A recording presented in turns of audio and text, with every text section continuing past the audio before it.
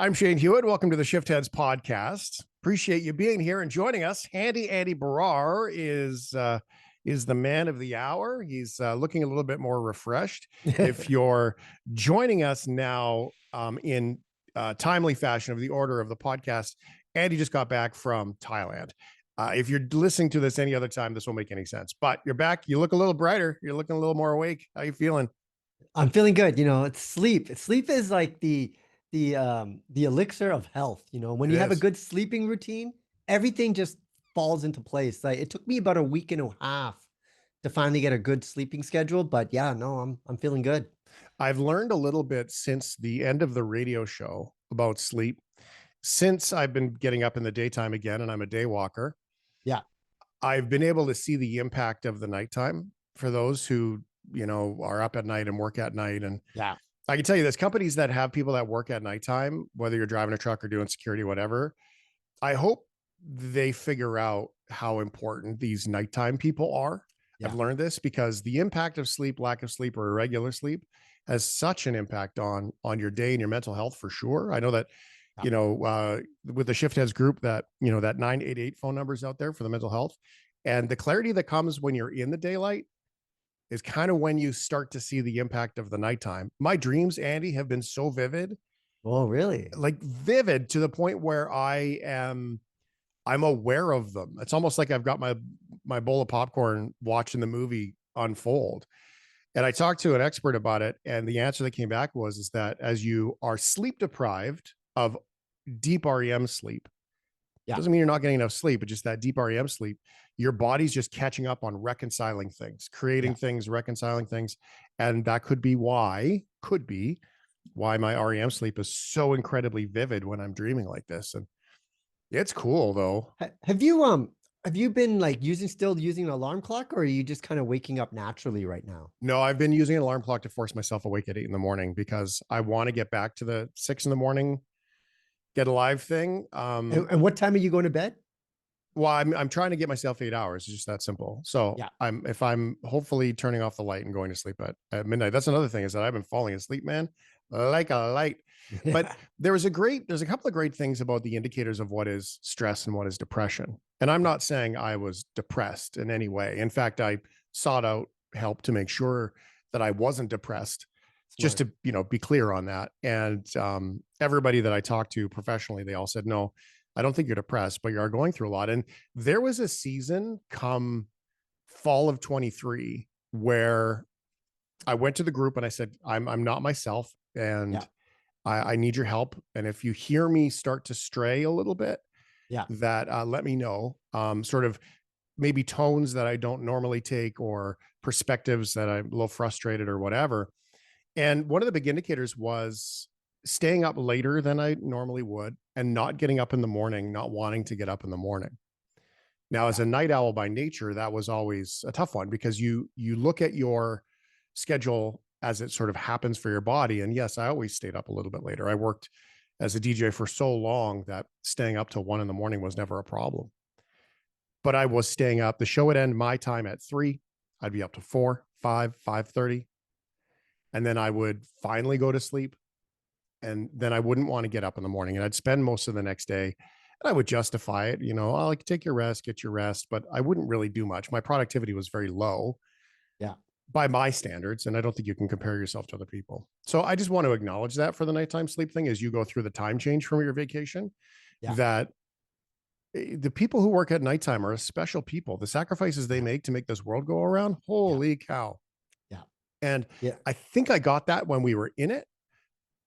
I really get it now that I've left the nighttime. The hardest is when people are shift workers, where they're going from night to day. It could be like paramedics or healthcare professionals. That's tough, because as soon as you kind of get into a rhythm, now you have to change to a new one. And that's really tough on your body. But sleep is so important. It is like the bedrock of a good, state of mind and well-being. Overall, just contentness. I notice it all the time, but my caffeine intake is the one thing I need to work on right now, because I'm trying to avoid napping. So I'll still be drinking coffee. And what I've noticed is that if I don't have it, or even just like a half an hour before I usually have it, I'm already thinking of it. So Mhm. I've developed a tolerance again. So I'm going to try to kick that come in the new year. Well, and discipline and structure is so important, and we dismiss it, right? Oh, I'll just do what I want to do. If I work better that way. Actually, Yeah. no, you don't. The reality is that having the discipline of going to bed at a certain time and getting those Yes. sleeps, and philosophically, there's so much we can talk about that. And Yeah.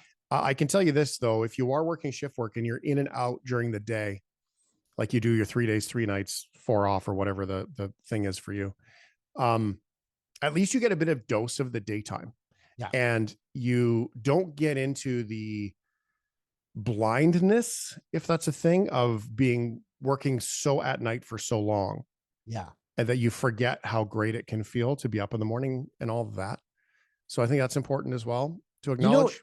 it gets really tough in the winter time, especially when there's not much daylight, because there's a lot of people based upon their shift work where they might go to sleep, say at like 5:30 a.m.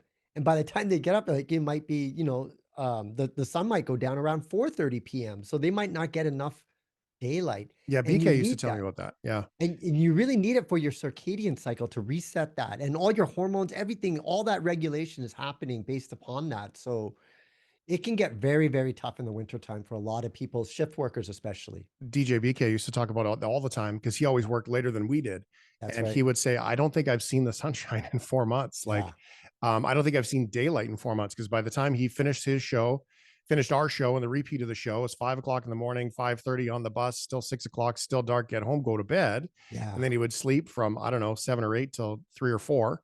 It's dark now. And then he's going back to work again. And Yeah. that's hard. That's so hard on everybody. Now, that being said, let's get into the DIY. HandyAndyMedia.com is the Yeah. link. Andy does gadgets, tech, and DIY projects all the time and shares them for you on his YouTube channel, which is going to be down in the comments there for you to get all the information, including shiftheads.ca and the Facebook group where we connect, and shanehewitt.ca. So this is kind of a cool one for those who do sit and watch the TV at nighttime, kick back, relax, watch your movies. I've got the LED lights behind my TV. They're Hmm. cool. They're connected to my Apple HomeKit, but they're not automated at all. I mean, I turn them on, they're on my settings.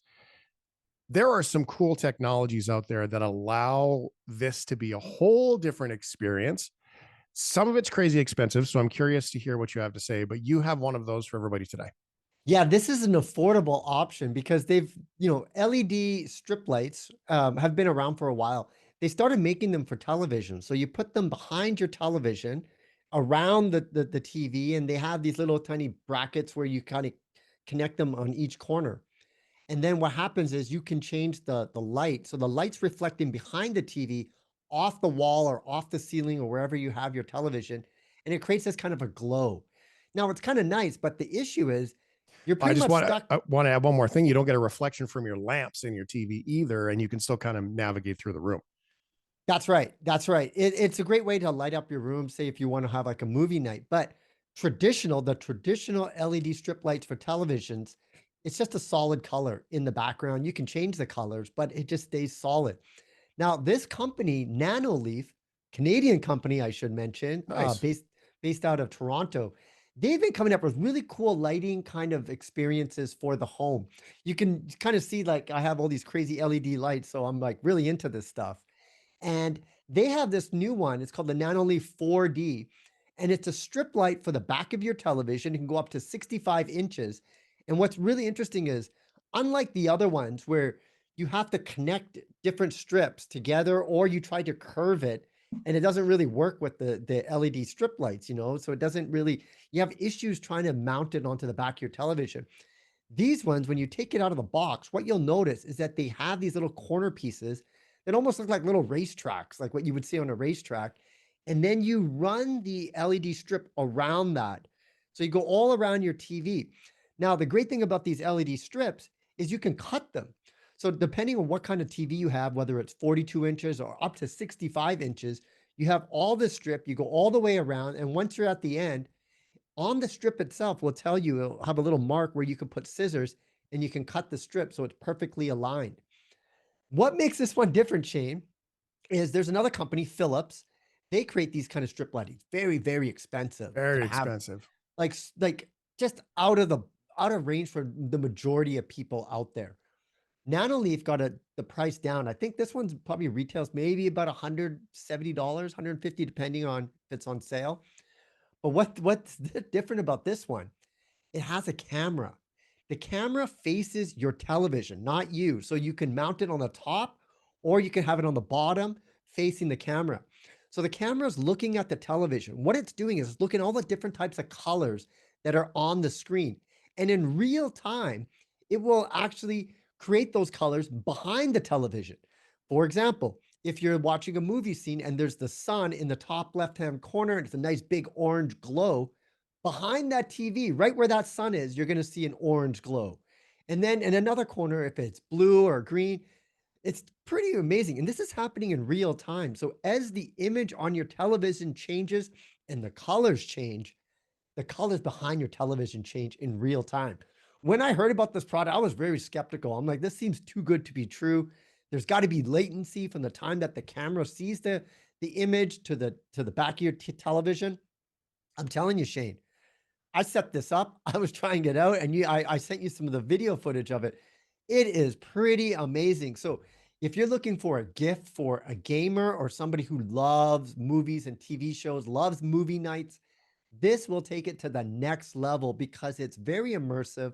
It all happens in real time and it actually works and it's affordable. And so once you set it up, you can have an app, you can have other different kind of customizations. But I'm telling you, Shane, this 4D Nanoleaf product is very, very impressive. All right, so let's everyone see for themselves because you've sent over the videos, so we can check that out on Handy Andy's YouTube channel. Yes. Or let's get it. Which one here? Should we do the unboxing one first or the final review? Sure. Let's do the unboxing so I can show you what it comes with because it's definitely a DIY thing. You don't need to be a tech expert to put this together. Folks, we got a great unboxing for you today. We're looking at the Nanoleaf 4D. This is a real cool kit. It's a screen mirror plus a light strip kit.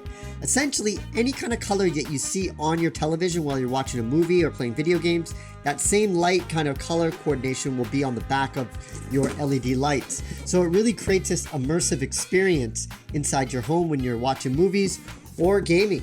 So without further ado, let's go ahead and unbox the Nanoleaf 4D. Got the Nanoleaf logo.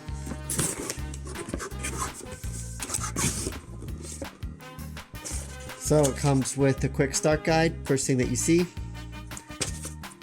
What's in here? This is interesting. Surprise.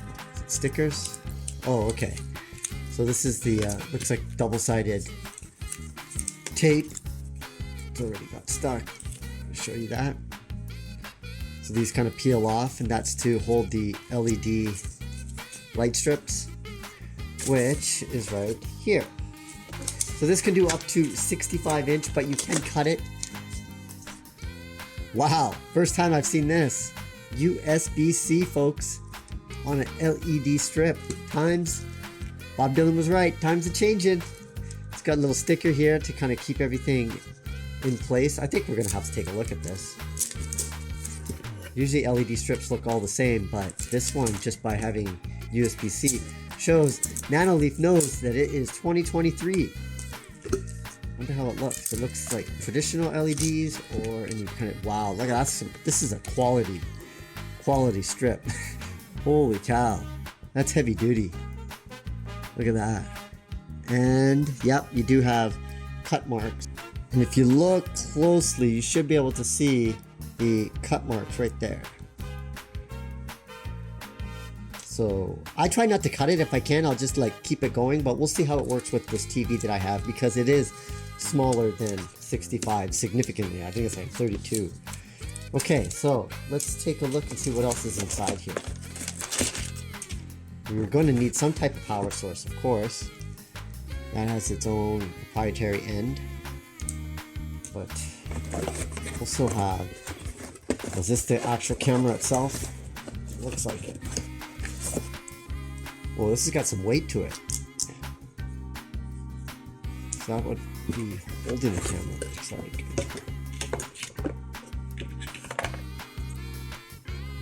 It's got a privacy screen. The last thing you want is a camera staring at you all the time, it looks like. So that's kind of cool. What is this? This looks like a bass, and it has music, touch buttons on the back. I guess that's where the strip connects, the power connects. It's also got USB-A slot as well. These are for the corners, yeah. So I imagine the LED strips, these are used to hold them in place for each of the 4 corners. So what I'll do is I'll take everything and organize it to kind of just show you exactly what you get out of the box with the Nanoleaf 4D. So here's everything you get with the Nanoleaf 4D. Of course, in the middle, you do have the 65-inch LED strip. I also believe they have an 85-inch version if you do have a larger TV. You also have the instruction manual with the QR code because you're going to need to download the Nanoleaf app to get this set up. Now, along with that, you do have the stand that can go on top of the TV, and that's for this camera, which also has a privacy screen that's included with it. And it's kind of a magnetic connection too, so it connects really easily. You also have, of course, the power, which connects to this controller unit, which everything kind of connects to. You'll notice that USB-C in the middle. Well, that's how the strip is. It connects USB-C, which I really, really like. You also come with these stickers. This is to help hold the LED strips in place. And you got these kind of corner mounts to help place that as well around your television. Now, there's this other green thing. I'm going to have to look in the manual, but it looks like there is some kind of stickers. I'll have to see what that's for a little bit later. But this really includes the unboxing. Now, you're going to want to watch the other video when I actually review this, and I'll set it up onto this TV right over here. So I'm going to kind of get this all set up with this television. So you want to watch it, and this will all go into my home studio. And we're going to be putting this Nanoleaf 4D into action. I'm Andy Barrar, Handy Andy. Make sure you like, subscribe, leave your comments. I would love to know what you think about this product if you are in the Nanoleaf ecosystem. Handy Andy signing out. See you again next time. So that is the unboxing of the Nanoleaf 4D. Yeah. Andy, the cool part there is it does say on the box, I noticed it says works with your Apple HomeKit.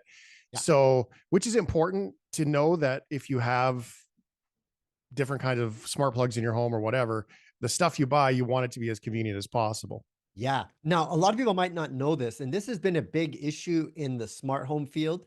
All these different companies, Samsung, Apple, Nanoleaf, Philips, they all are trying to make these smart home products, smart lights, smart thermostats, and what have you. They all have their own apps. And what happened is they finally got together, put them all in a room, and they said, we need to create a protocol, a standard, so that when someone buys a product, it should work for all the different smart home platforms. And there's essentially 3 of them.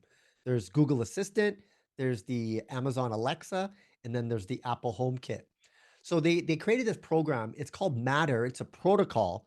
So they're all going to, adhere to this protocol and create products so that it doesn't matter what ecosystem that you live in, that product, that smart light or smart LED strip is going to work with it. So moving from 2024 onwards, all the smart home products are going to be much, much easier to control. And then if you have a smart speaker, you'll be able to control that as well. So Nanoleaf did a really good job by ensuring that it was HomeKit compatible for all the Apple users out there.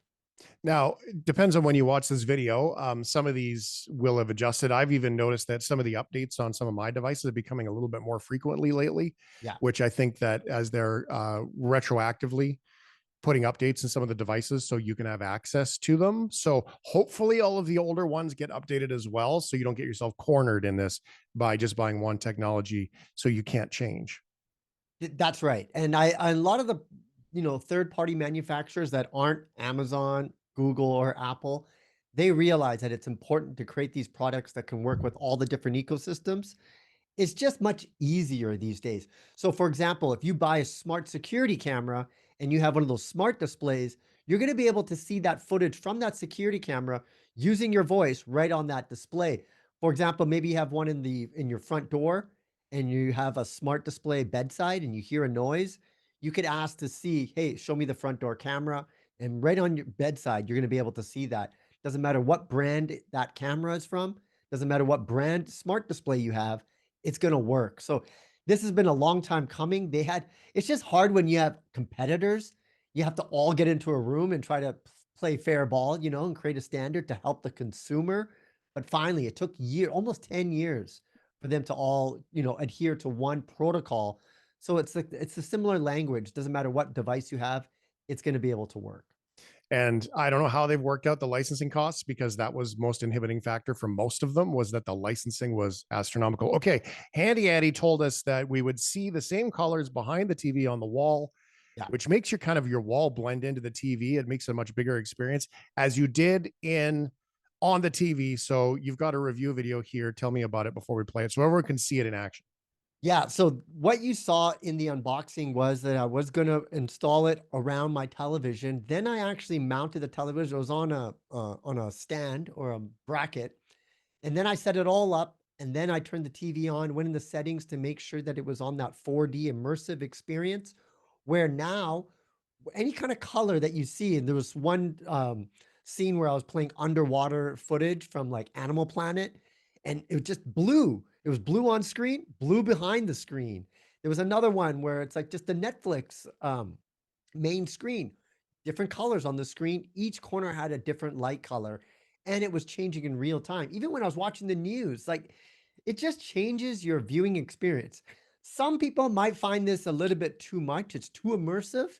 Like I was suggesting to my parents, I'm like, hey, I got this really cool gadget. You want me to buy it? And then, have all these colors be on your TV. They weren't really interested in it. I think it's more for the real movie buffs, people who like to sit down with some popcorn with the family, watch a movie together. Or if you're a gamer and you play lots of games, oh man, this is a great gift idea for a gamer. You could put it even behind a monitor if you have a bigger monitor, but it's that immersive color experience. And the great thing about Nanoleaf, if you have other Nanoleaf products, they have these like tiles, Shane, where you put the tiles on the wall, like square tiles, and you can have all these intricate patterns and designs.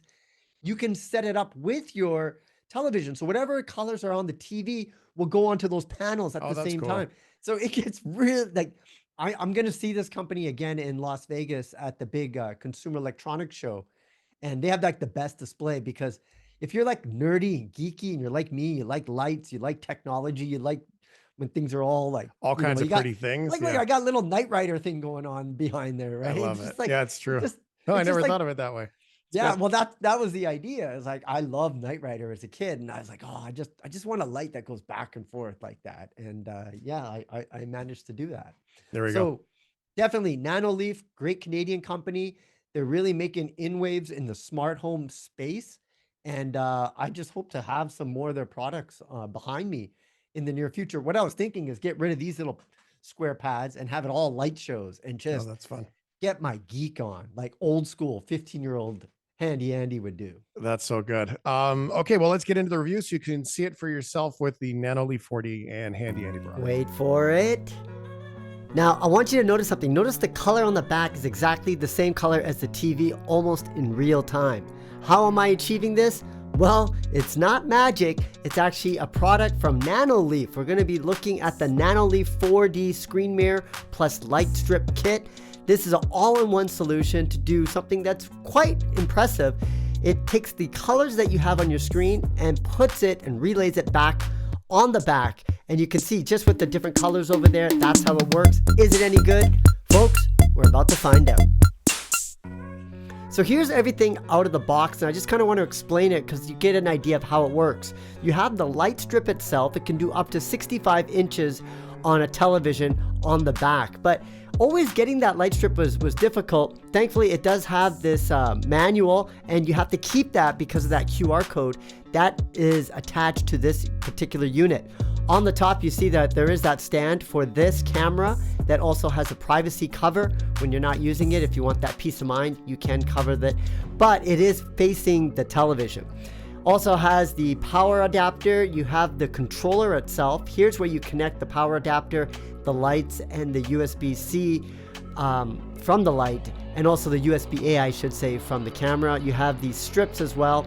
That helps secure these corner pieces. And those corner pieces are critical because that's how you get the light strip around the television. This green thing, to be honest with you, I don't even know what it is. I saw it, but I didn't really probably go through the instructions to realize what it was about. But once you have everything out, it's really all about the installation. I have those stickers on the back. I'm basically taking all that tape off and then strategically putting it on all the corners. If you ever used a light strip previously, you notice that getting those corners were always hard. They would kind of come in different pieces and then you would connect it together. Here I'm able to do one strip and go all the way around, but this is not a 65-inch television. So instead of cutting that strip, which you can do, I just kind of ran it over. Everything else happens inside the Nanoleaf app. You go and scan that QR code that I was talking about earlier. That's why you don't want to lose that pamphlet. My advice, my handy Andy advice, is to tape it to the back of your television. From there, you just got to go and enter your passwords and do everything like that. But here's where I ran into issues. Here it says you need to calibrate the light strip. I was not seeing any of the lights. It took a long time for me to figure out what the problem was. I went down a Reddit hole, but once I was done and figured that out, I was able to finally continue the installation and get it all set up. So what you're seeing is totally abbreviated. It was very hard. Inside the app, you can see that you have different types of modes. I was mostly interested in that new 4D mode. Like, look at the color as it's turning on that television. Now it turns blue, it's blue, and watch what happens afterwards. The light changes, matches the same glow and color, and it's happening almost in real time.